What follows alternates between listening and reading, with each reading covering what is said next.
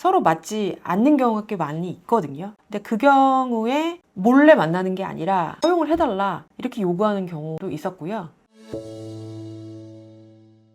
최근에 기사를 보니까 아시아에서 우리나라 이혼율이 거의 가장 높다.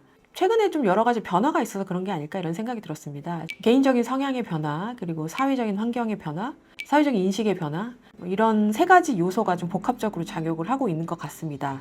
개인적인 성향의 변화라고 하면 이제 기존에 우리 사회는 공동체, 가족 이런 부분에 대해서 굉장히 중시했었는데 이제는 가족이나 공동체보다는 나 자신이 좀 우선이 되는 경우가 많은 것 같아요. 그래서 나 자신의 행복, 자아 성취 이런 부분이 굉장히 중요해졌기 때문에 예전처럼 좀 맞지 않는다 그러면 무조건 참고 살기보다는 맞지 않는다 그러면 이제 각자의 길을 가는 것이 낫다 이렇게 생각하는 좀 경향이 많이 증가하고 있는 것 같고요.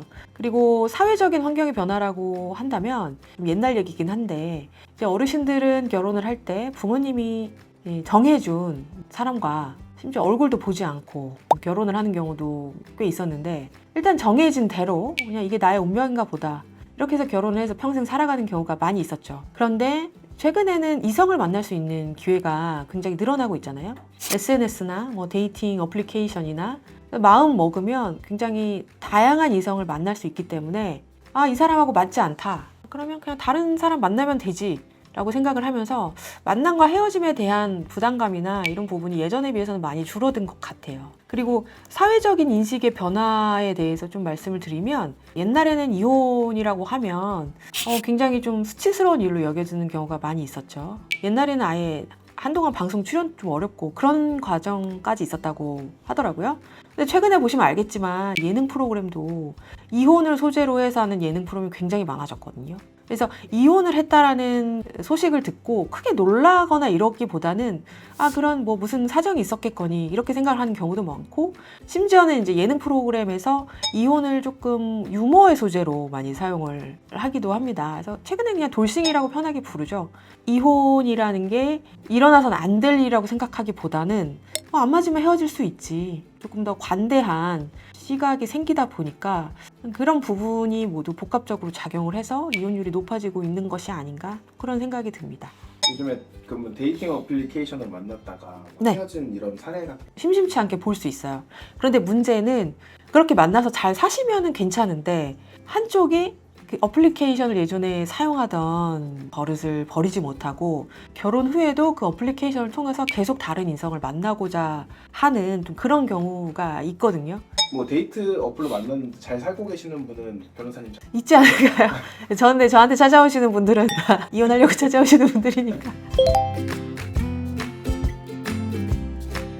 동거를 하면서 어떤 법적인 보호를 받을 수 있는지 이 부분에 대해서 좀 말씀을 드리자면 단순히 동거를 한다고 해서 사실혼으로 인정받을 수 있는 건 아니고요. 사실혼을 좀 입증을 할 수 있어야 됩니다. 가령 예를 들면 결혼식까지 했는데 아직 혼인신고를 하지 않은 그런 단계는 사실혼인데 그게 아니고 그냥 단순히 좀 같이 살았다. 이거는 좀 애매한 부분이기 때문에 그냥 단순히 같이 살았다라고 한다면 그 과정에서 이제 상대방 가족들하고 어떤 관계를 유지했는지 그리고 실제 주소지를 같은 주소지로 옮겨서 살고 있는지 그 외에 어떤 생활의 형태나 이런 부분에 있어서 뭐 부부와 거의 유사한 그런 생활 방식을 가지고 있었는지 이런 부분을 좀 입증을 해야 됩니다. 그래야 향후에 문제가 생겼을 때 재산 분할이나 위자료나 이런 부분에 있어서 보호를 받을 수 있고요. 다만 근데 아시겠지만 당연히 법률혼 배우자가 아닌 이상은 만에 하나라도 상대방이 사망했거나 하면 상속은 당연히 받을 수 없습니다.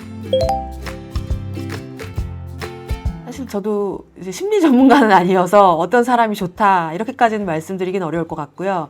다만 이제 이혼 사건을 진행하니까 이런 경우는 문제가 생길 수밖에 없겠다 이런 건 있거든요.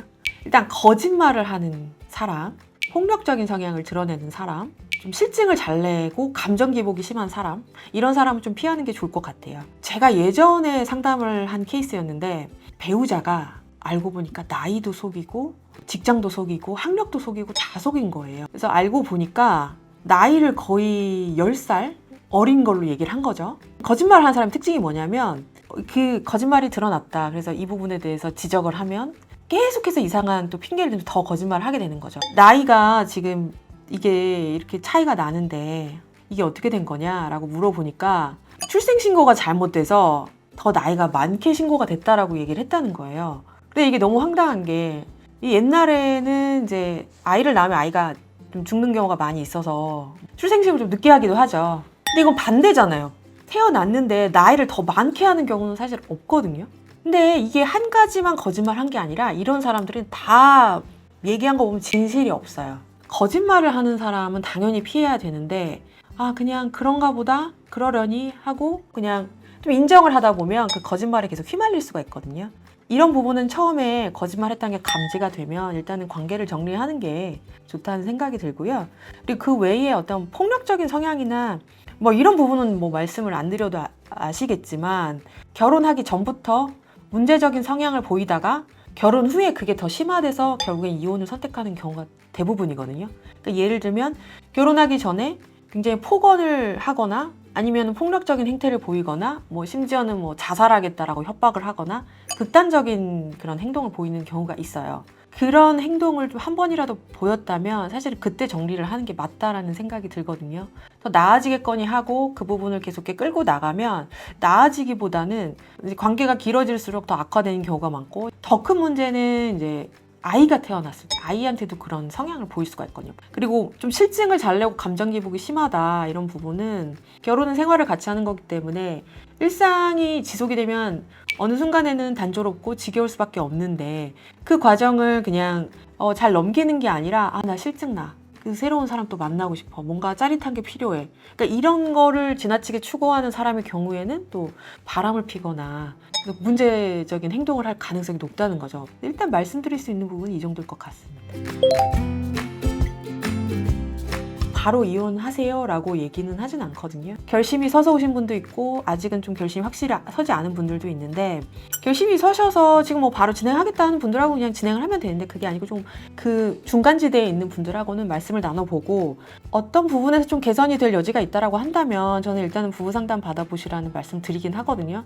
물론 제 입장에서는 뭐 이혼 당장 진행하고 뭐 수임료 받고 하면은 저는 좋죠. 그런데 다른 부분보다 이 이혼 문제는 그 사람의 인생이나 그분들의 이제 자녀에 굉장한 영향을 미치기 때문에 무턱대고 이혼하세요라고 하지는 않아요. 그러니까 어떤 분들은 뭐 이혼 빨리 하면 빨리 할수록 좋다라고 얘기를 하시는데 저는 그거는 조금 정답은 아니라고 생각을 하고 좀 관계 개선의 여지가 있다고 생각한 부부 상담 받으시라고 하고 그리고 그 상담하시는 분이 예를 들어서 전업주부고 오랜 기간 경력 단절이 되어 있는 상황이어서 당장 직업을 구할 수 없는 입장이다. 그래서 이혼을 하게 되면 어떤 경제적인 수준이나 뭐 삶의 수준이나 이런 게 굉장히 떨어질 수 있다. 이런 경우에는 전 다시 생각을 해보라고 하거든요. 이혼 사유는 좀 다양한데 복합적으로 나타나긴 하는 것 같아요. 부정행위를 많이 한다고 하는데 부정행위 비중이 아주 높지는 않고요. 제가 맡은 사건 중에 가장 좀 많았던 이혼 사유는 상대방의 부당한 대우, 폭언이나 간혹 폭행, 아니면 경제적인 착취. 남자분들은 그런 얘기 많이 하세요. 아내가 돈을 다 가져가고 모든 걸 경제적인 걸 다 컨트롤하려고 하고 그래서 너무 힘들다. 나는 최선을 다하고 있는데 돈을 벌어줘도 돈이 부족하다고 한다. 그리고 나를 굉장히 무시한다. 그렇게 찾아오는 경우가 좀 있어요. 한 가지가 아니라 좀 복합적으로 나타나는 경우가 좀 많이 있는 것 같아요. 대략적으로는 이제 부정행위, 부당한 대우, 뭐 성격 차이 이 정도로 볼 수 있는데 제가 최근에 조금 특이한 건이 몇 건이 있었는데 개방혼이라는 용어가 있더라고요. 저도 최근에 알게 됐습니다. 혼인관계를 유지한 상태에서 서로 다른 이성을 만나는 것을 용인하는 걸 가리키더라고요. 어떤 육체적인 그런 부부 관계에 있어서 서로 맞지 않는 경우가 꽤 많이 있거든요. 근데 그 경우에 몰래 만나는 게 아니라 나 이혼하고 싶다. 당신하고 이런 부분이 안 맞아서. 근데 이혼을 안 할 거면 내가 이렇게 만나게 허용을 해달라. 이렇게 요구하는 경우도 있었고요. 이 부분에 대한 입장 차이 때문에 이혼을 고려하는 경우, 그런 경우를 봤습니다. 또 다른 조금 특이한 케이스는 흔하지는 않은데 결혼을 한 후에 본인의 성적 지향성을 발견하는 경우가 좀 있더라고요. 아니면 결혼하기 전에 성적 지향성을 알고 있었지만 사회적인 시선 때문에 숨기고 결혼을 했다가 결국에는 도저히 참을 수가 없어서 이제 이혼을 결심하는 경우도 있고. 그래서 제가 한 2, 3년 전에 이제 상담을 한 사례였는데 이제 남자분이 결혼을 해서 이미 이제 아이를 셋을 낳았는데 저한테 얘기하기를 이제 본인은 이제 동성애자고 그래서 이제 만나는 사람이 또 있고 결혼 생활 유지하기 힘들 것 같다. 그래서 이혼을 좀 상담 의뢰하신 분이 계셨거든요. 흔하지는 않은 케이스인 것 같아요. 근데 그런 경우도 있습니다.